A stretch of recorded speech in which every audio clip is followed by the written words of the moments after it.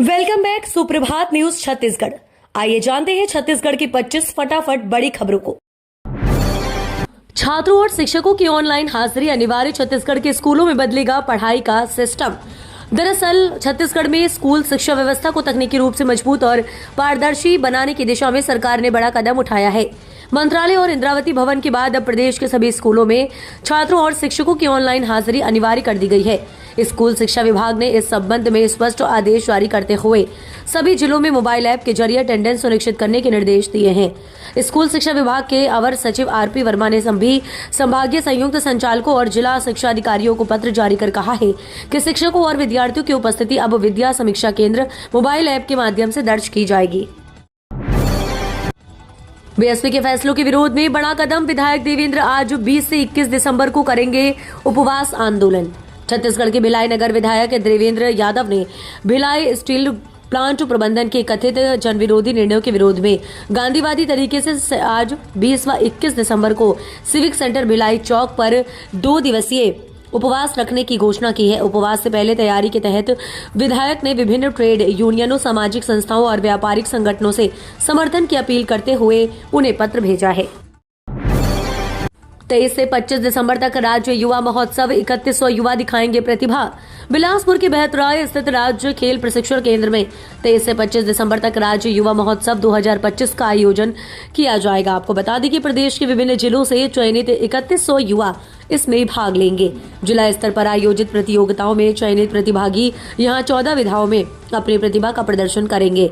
विजेता प्रतिभागियों को राष्ट्रीय युवा महोत्सव 2026 में छत्तीसगढ़ का प्रतिनिधित्व करने का मौका मिलेगा।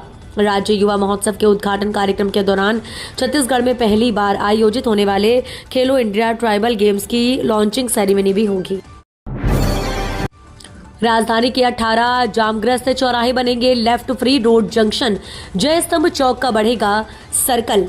राजधानी में लगातार यातायात का दबाव बढ़ रहा है। सुबह और शाम के समय में प्रमुख चौराहों में सिग्नल पर वाहनों की लंबी कतारें देखने को मिलती हैं।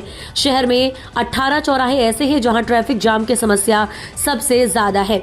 ऐसे चौराहों को निगम अब रोड जंक्शन के तौर पर विकसित करेगा। इसके लिए 92 करोड़ रुपए खर्च किए जाएंगे। इसमें सभी चौराहों को विशेष तौर पर लेफ्ट फ्री के कॉन्सेप्ट में बनाया जाएगा ताकि लेफ्ट जाने वाले लोगों को वहां रुकना ना पड़े और चौराहे पर लंबी कतारें ना लगे। 31 दिसंबर को रायपुर आएंगे मोहन भागवत, विशाल हिंदू महासम्मेलन में होंगे शामिल। रायपुर में 31 दिसंबर को विशाल हिंदू सम्मेलन होने जा रहा है। इस सम्मेलन में राष्ट्रीय स्वयंसेवक संघ के सरसंघ चालक डॉक्टर मोहन भागवत मुख्य वक्ता के रूप में उपस्थित रहेंगे। वहीं राष्ट्रीय संत असंग देव कार्यक्रम में मुख्य अतिथि होंगे। कार्यक्रम अभन्नपुर ब्लॉक के सोनपैरी गांव स्थित असंग देव कबीर आश्रम में दोपहर 2 बजे शुरू होगा। आयोजन समिति के अनुसार सम्मेलन में सनातन संस्कृति के संरक्षण, सामाजिक समरसता और राष्ट्रीय चेतना जैसे अहम विषयों पर विस्तार से विचार विमर्श किया जाएगा। सम्मेलन में प्रदेश भर से संत, महात्मा, समाज सेवी, बुद्धिजीवी और बड़ी संख्या में आम नागरिकों के पहुंचने की संभावना है। छत्तीसगढ़ की इस यूनिवर्सिटी में भर्ती का मौका, प्रोफेसर से क्लर्क तक 25 से ज्यादा पदों पर 26 जनवरी तक होगा आवेदन। उच्च शिक्षा के क्षेत्र में करियर बनाने का सपना देख रहे युवाओं के लिए अच्छी खबर है। छत्तीसगढ़ के केंद्रीय विश्वविद्यालय गुरु घासीदास विश्वविद्यालय ने शिक्षकीय और गैर शिक्षकीय पदों पर भर्ती के लिए आवेदन आमंत्रित किए हैं। प्रोफेसर, एसोसिएट प्रोफेसर और असिस्टेंट प्रोफेसर के कुल 25 पदों के साथ साथ प्रशासनिक और तकनीकी पदों पर भी अवसर दिए जा रहे हैं। इच्छुक उम्मीदवार 26 जनवरी 2026 तक आवेदन कर सकते हैं। धान खरीदी पर संकट, डीओ नहीं कटने से मंडी प्रभारी परेशान। जिले के बमनीडीह ब्लॉक से बड़ी खबर सामने आ रही है, जहां धान उठाव नहीं होने से खरीदी केंद्र में हजारों क्विंटल धान जाम हो गया है। डीओ नहीं कटने के कारण मंडी प्रभारी समेत कर्मचारी भारी परेशानी में हैं।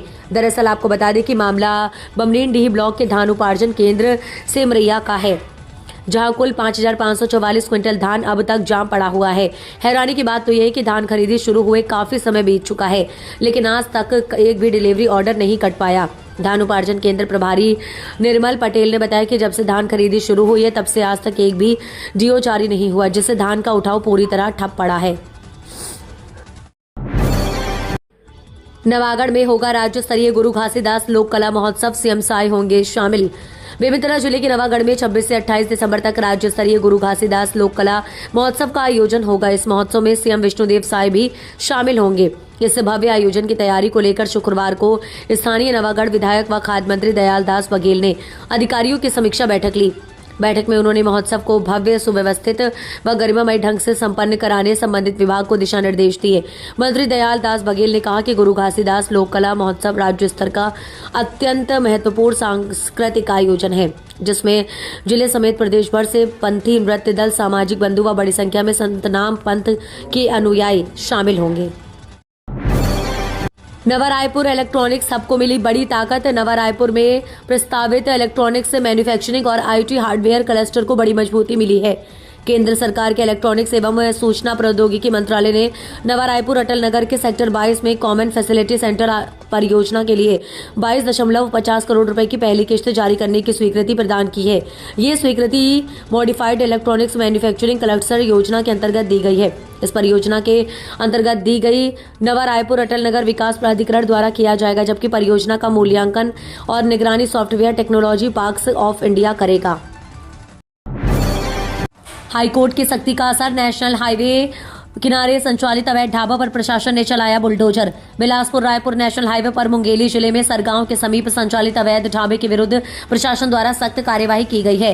दरअसल आपको बता दें कि आमजन की सुरक्षा एवं सड़क दुर्घटनाओं की रोकथाम को ध्यान में रखते हुए ये कार्यवाही की गई है। प्राप्त जानकारी के अनुसार शासकीय भूमि पर अवैध निर्माण कर वहां पर बरमदेव ढाबा का संचालन किया जा रहा था।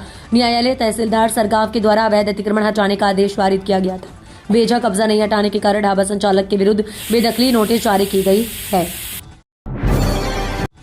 सांसद बृजमोहन अग्रवाल की पहल लाई रंग। रायपुर एयरपोर्ट से जल्द शुरू होगी अंतर्राष्ट्रीय एयर कार्गो सुविधा। रायपुर लोकसभा सांसद एवं वरिष्ठ भाजपा नेता बृजमोहन अग्रवाल की सतत और प्रभावी पहल का सकारात्मक परिणाम सामने आया है। रायपुर स्थित स्वामी विवेकानंद एयरपोर्ट से शीघ्र ही अंतर्राष्ट्रीय एयर कार्गो सेवा प्रारंभ होने जा रही है। ये महत्वपूर्ण जानकारी केंद्रीय नागर विमानन राज्य मंत्री मुरलीधर मोहोल ने लोकसभा में दी। उन्होंने बताया कि रायपुर एयरपोर्ट पर अंतर्राष्ट्रीय एयर कार्गो सुविधा के विकास हेतु 16 जून 2025 को छत्तीसगढ़ सरकार, नगर विमानन मंत्रालय तथा AAICLAS के बीच त्रिपक्षीय समझौता संपन्न हो चुका। बड़ी खुशखबरी। नर्सरी कक्षा के बजाय अब सीधे पहली कक्षा में मिलेगा दाखिला। प्राइवेट स्कूलों में शिक्षक अधिकार अधिनियम के तहत प्रदेश में बदलाव की तैयारी चल रही है। दरअसल आपको बता दें कि अब तक निजी स्कूलों में RTE के तहत नर्सरी क्लास से भी बच्चों को प्रवेश मिलता आ रहा था, लेकिन आगामी शैक्षणिक सत्र 2026-27 से नर्सरी में प्रवेश बंद कर सीधे कक्षा पहली क्लास 1 से एडमिशन देने की तैयारी की जा रही है। हालांकि इस आदेश का निजी स्कूलों के द्वारा विरोध भी किया जा रहा है। यदि छात्र नर्सरी कक्षा से ही निजी स्कूल में अध्ययन करेगा तो शासन को नर्सरी PP1 और PP2 की फीस भी देनी होगी। छत्तीसगढ़ में मतदाता सूची का SIR 23 दिसंबर को जारी होगी ड्राफ्ट वोटर लिस्ट। भारत निर्वाचन आयोग के निर्देशों पर छत्तीसगढ़ सहित देश के 12 राज्यों में मतदाता सूची का विशेष गहन पुनरीक्षण किया जा रहा है। 1 जनवरी 2026 को अहर्ता तिथि मनाते हुए ये प्रक्रिया पूरी की जा रही है। इसके बाद मतदाताओं को नाम जोड़ने, संशोधन कराने या आपत्ति दर्ज करने का अवसर मिलेगा। छत्तीसगढ़ के इस जिले में 3 दिन ठप रहेगा सरकारी कामकाज। 29, 30 और 31 दिसंबर को रहेगी हड़ताल।